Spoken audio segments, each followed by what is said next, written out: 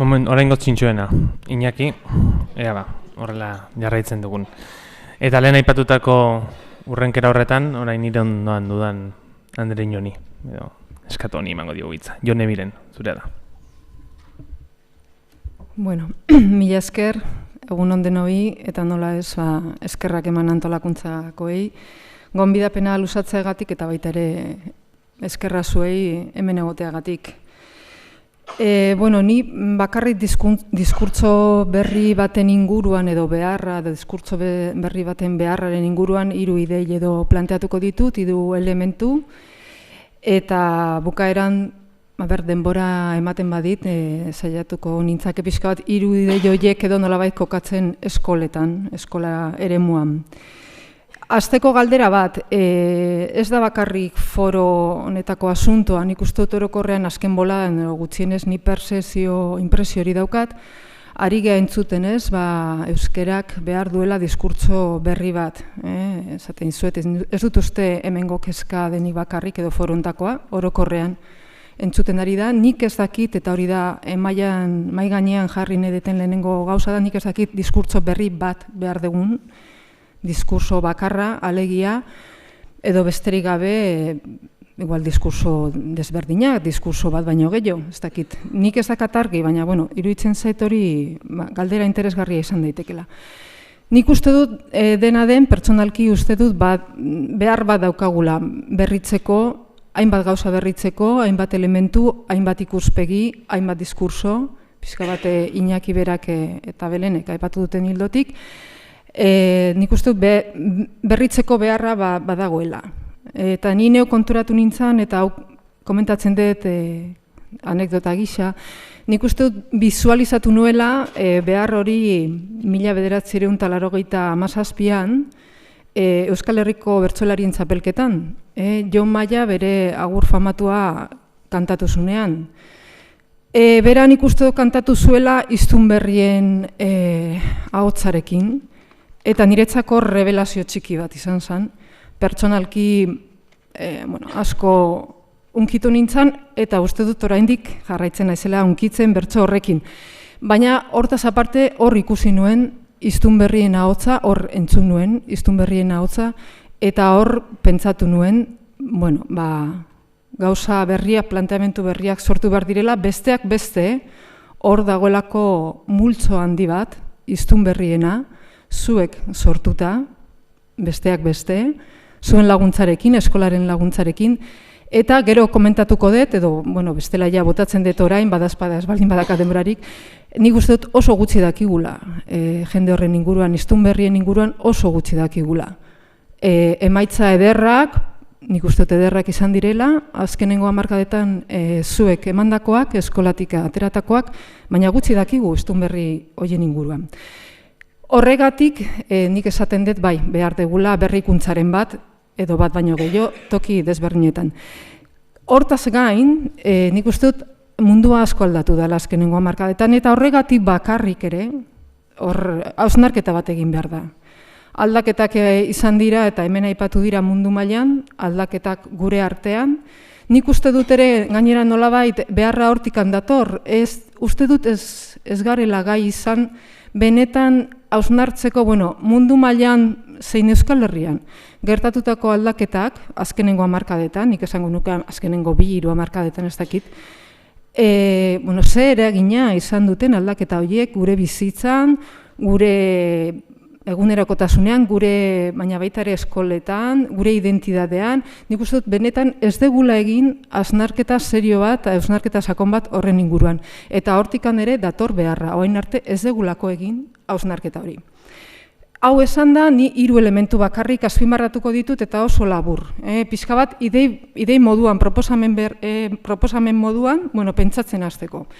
Lehenengo ideia, nik uste dut, ni proposatuko nuke nolabait beste gauza askoren artean, begiradaen aldaketa bat.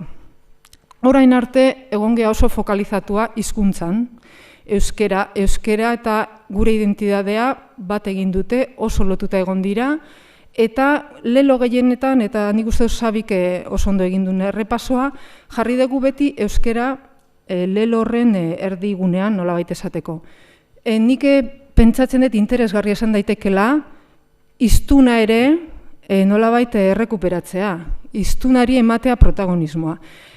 Gogoratzen naiz orain dela urte batzuk elkarrizketatu nuela, beste gazte asko, baina horietako bat, 15 urteko bat, Bilboko ikastetxe batean, eta halako elkarrizketan ari ginela eta esan zidan, aizu, ni zergatikan maitatu behar dut euskera, zergatikan maitatu behar dut hizkuntza bat, zergatikan maitatu behar da hizkuntza bat. Berarentzat ez zeuka zentzurik, eta ni konturatu nintzen, eta hau lotzen dut mundu mailan gertatutako aldaketekin. Gazte honek besteak, gehien bat maite zuela bere burua.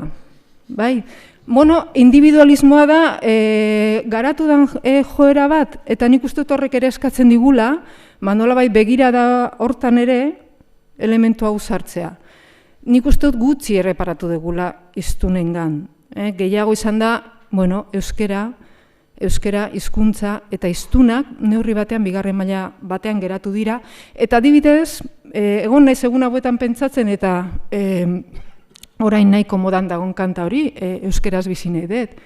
Eta pentsatu dut, behitu, hemen badagoela aldarrikapen bat, hiztunena, ez nik euskeraz bizi nahi dut, hiztuna. Baita ere, aitortu behar da, adibidez, Fermin Muguruza eta Negu Gorriak, orain dela urte batzuk, esan zuten, euskalduna naiz eta harro nago. Baina, azten baldin bagea, pizka pentsatzen, hori ez, ze kanta, ze abesti ditugu buruan, euskerarekin lotuta, gehienetan, hiztuna baino, hizkuntza bera dago erdigunean.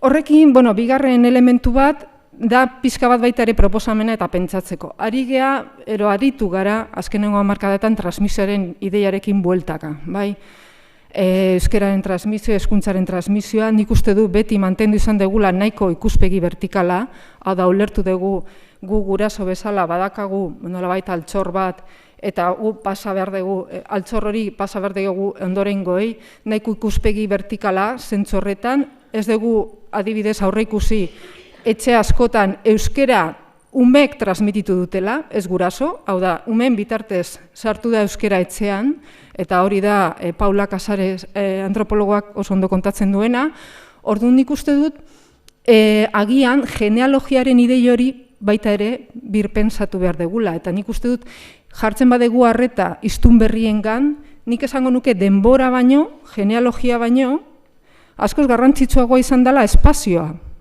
askorentzat, hiztun berria askorentzat, hizkuntza gauzatu da espazioetan, ikastola, toki nagusi, baina baita ere parkeak, edo kalea, edo ez dakize elkarte. Orduan, euren bizipenetan ez da hain garrantzitsua denbora, aldiz espazioa bai.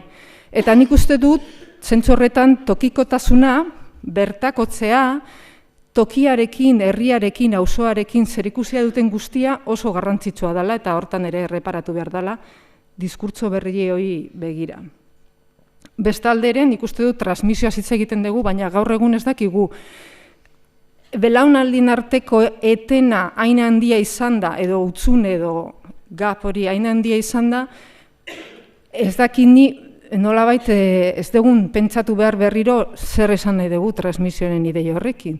Eta gainera, gaur egun denok gazteak izan nahi dugu. Denok ari gea ikasten euren gandi, teknologi berria direla eta merkatua hartu ditu gazteak eta hoiek daude erdigunean eta denok nahi dugu neurri batean gazteak izan. Orduan horrek ere nik uste dut zalantzan jartzen duela transmisioaren inguruko paradigma klasikoa. Hirugarren proposamena da txikitasunetan erreparatzea, egunerokotasunean, praktiketan erreparatzea. Niretzako oso importanteak dira hizkuntz praktikak, hau da, jendea, gazteek, eskoletan zer egiten da, baina zentzu, zango genuke, fizikoan zer egiten da hizkuntzarekin. Uste detelako, hor izango ditugula, nahiko klabe pentsatzeko, gaur egun hitz egiten dugunea hizkuntza eta identitatea zertaz ari gea hitz egiten.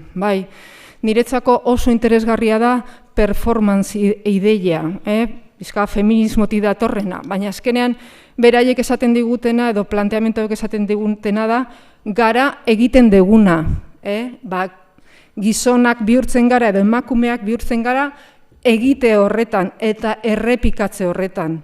Bai, orduan niretzako oso interesgarria fokalizatzea praktiketan, zeregin horretan, egiten dugun horretan.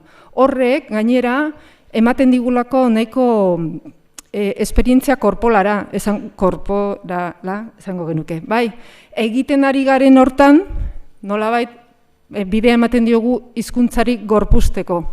Eta baita ere, emozioei tartea eman. Azkenean, emozio direlako, nolabait, informazioa gorputzen bitartez, informazioa ematen digutena sentitzen ari garen hortan, edo egiten ari garen hortan. Eta ja bukatzeko, 3 gauza lotuta eskolarekin, berriz ere ekarpena, zuen ekarpena, hiztun berriak, baina, esan deten bezala, nik uste gutxi ezagutzen dugu kolektibori, eskola eta tokikotasuna, nik uste dut hor dagoela elementu oso importantea, eskola beti lotuta toki bati, eta esan deten bezala, nik uste dut tokia importanteagoa dela, momentu honetan, denbora baino, transmisioaren idei horrekin lotuta, eta zuek ere praktika komunitate bezala, azpimarratu dut praktikaren ideia, eta nik uste dut eskola badala, benetan praktikarako toki, segurazki, egokiena. Besterik gabe, mila esker.